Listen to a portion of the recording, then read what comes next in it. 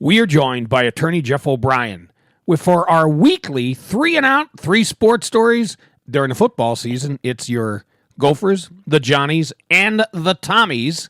And let's start off with this, Jeff. The Gophers. Not even begrudgingly, they are playing pretty good lately. I mean, I don't know how they lost to North Carolina. Maybe Max Brosmer, they needed to get him more integrated into the offense, but he's been pretty darn good for them. They're, fifth or sixth year quarterback. Yeah, no, Brosmer's been great. Darius Taylor's been great. Coy Parrish has been the jewel that they found on the defensive side. And I remember we kind of laughed when PJ Fleck said that they were the best 3-loss team in the country. And I really do now think they are the best 3-loss team in the country. I mean, they knocked off the number 24 team in the country on Saturday, and they are now bowl eligible already. And if you look at the rest of their schedule, I mean, if you look at, they've got Wisconsin, they've got Rutgers next week, they've got Penn State, and they've got Wisconsin. If you look at what those teams are doing, they should beat Rutgers and Wisconsin. Penn State's a ranked team, top 10. That's going to be a harder one. So it's conceivable that they could go 2-1 for the last 3 games and end up with 8 wins, which is a pretty good record for a Gopher football team. Yeah, it is. And I'm still not crazy. I mean, what Fleck, and it's not that I don't like him, but I don't like the antics, running out on the field first and crowd surfing after a win on his players. But if it's working, the other thing is, though, now Brosmer, he's done after this year. But does he keep this? I mean, this young kid, every team, was Persich is how you say his last name? Parrish. Okay. We should just call him Persich, or Perpich, like Rudy, our old governor. But anyway, he's going to be offered a lot of NIL money to transfer. The fact that he's a Minnesota kid, that's a big piece in their favor, because I'm guessing he wants to play in front of family. But he's going to be, I mean, he's one of the best freshman defensive players in the country, without question. Well, I saw a story last week. He got some local NIL deal last week too. So the NIL money is coming in for him. Yes, but compared to an Ohio State or Michigan or USC, I don't think it's comparable. Yeah, but if he keeps doing what he's doing, I think he'll be okay. You never know what you look at. The Gophers weren't expected to beat USC, UCLA, or Illinois, and look what happened. I mean, just because it's a named program, they have their issues. So because he may decide, I got a good thing going, I'll stick out here. But they have the NIL money coming their way. Yeah. Certainly UCLA and USC do. But all right, we'll see what winds up happening with them. All right, let's move on to those Johnnies. They went up St. Scholastica. They always put a hurting on that team, and did again. Yeah. This was the team that they beat a couple of years ago, 98-0, and I think it was later that year was when, because St. Thomas was still in D3 at the time. I think St. Thomas went and hung a similar score in St. Olaf, and that was kind of the beginning of the St. Thomas needs to get out of the MIAC talk.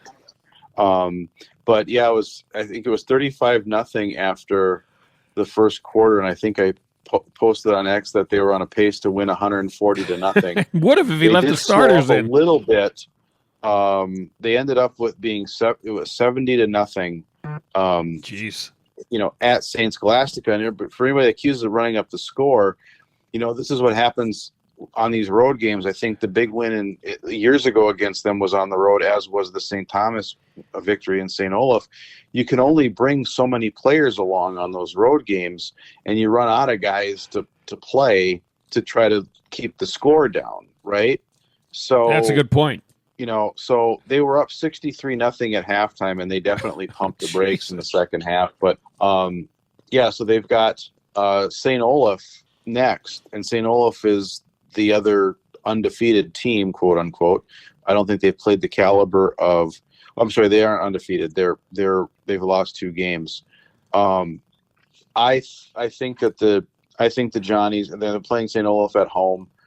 I think the Johnnies will win and be undefeated for the regular season, and then we see what goes from there. But it's looking like a pretty good season for St. John. It's been a really good season for. And what's amazing to me is that they didn't let the crowd noise at St. Scholastica hurt them.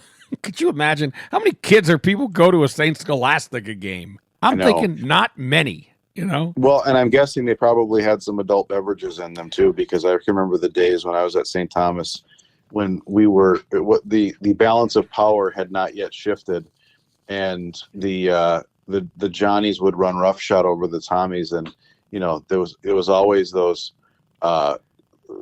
fans that would maybe get some liquid courage in them before the game and talk smack about a team that was about to beat us by 60 points. Who was the coach back when you went to school there? Mal Scanlon. Oh, that's been the Mal Scanlon days. Mm-hmm. Yeah, there were some lean times for your Tommies. So, I lived through them. So, all right, now you're not living through lean times now, but I honestly, Jeff, I didn't check. Did they win or lose on Saturday? They lost on Saturday. Oh, so they're in the Pioneer League. They are the third place team, and they lost to the second place. They lost to Morehead State. They were down in Kentucky, and they lost. So they're in third place. They play the conference leader Drake next week, which is going to be a tough game. It is going to be at home, but they lost pretty badly to Drake last year, and I don't know what's going on, to be honest. What do you mean in terms of what? Why this year? Why they're suddenly not? I mean, they moved up from D1 and still continued to dominate. They played. They granted they had a more scholarship schools in non-conference play, and they lost most of those games. They've lost 4 games. That's not typical for them. Yeah. And I think that we're getting a little bit of fatigue over a program that can't go to the playoffs. That's hard for recruiting when you don't have scholarship money and when you don't have a playoff opportunity to try to showcase your talent. How you're going to get those top players. Now next year they're going to play North Dakota State, I think, at Target Field, and then I think that'll be the last. We're in year 4 of the 5-year prohibition on postseason play. And in my opinion, it can't come soon enough, because I think there's getting a little bit of fatigue. Yeah, you know what though, I maybe, but with the coach that they have, I don't think he would allow that to happen. I think he gets the most out of the Caruso. talent that there's been some good individual performances this year, no question. And maybe they're looking at this year as a way of trying to sharpen things for when they can compete at the playoff, in the playoff level. Now, so we'll see. Now, do you know the most famous I tipped it, but the most famous player to come out of Morehead State, football player in the history of that program? I'm blanking on them, but yeah, I know you're right. It is a quarterback. I just forget who it was. Phil Simms. That's right. New York Giants quarterback. That was the first year. I was still a kid. I just got out of college. I covered the 1979 New York Giants with rookie Phil Simms, and I got to know him we weren't buddies, but I got to know him a little bit of a personal level. I did a story on him, on his home and his home life, and he and his wife had just had a baby. I've always liked Phil Simms, and I mean, whenever I've run into him over the years, he was always very cordial. So I'm a fan of his going back to when he played, and also I remember asking him. I said, when they went to the Super Bowl, I said, Phil, the last time a New York quarterback went to the Super Bowl, he guaranteed a victory. Got any of that in you? And he just said, Bob, I ain't going there. But I predicted that he would have an outstanding game in the Super Bowl, and his completion percentage might still be the record. Because he did have a phenomenal game, for completion percentage. He played really well. And then the next time the Giants went, he was a backup because he'd gotten hurt and Jeff Hostetler took over. But that's enough Giants history for now. We've got these teams. Now, quick question for you. Have you voted yet, or are you going to do it on Election Day tomorrow? I did. My wife and I did the early voting at City Hall last week. Oh, you could go to your City Hall to do it, because I had to go to the government center. I was one where you walk in, you fill out your application, and they hand you a ballot. You can vote right there and feed it. I was not going to just do it and mail it in. I wanted to be able I did it to too. feed it into the machine. No, So we that's fed what it. I did. Yeah, we fed it into the machine. So we did. Yeah, that, I wanted to avoid the lines tomorrow because I think there are going to be long lines, particularly out where you and I are. Long lines at the government center in Wright County on Friday. So I'm going again today with my son, my youngest son, who hasn't voted yet. So to get him signed up and voted. So anyway, Jeff, thanks so much. Jeff O'Brien, attorney Jeff O'Brien. We'll take a quick break.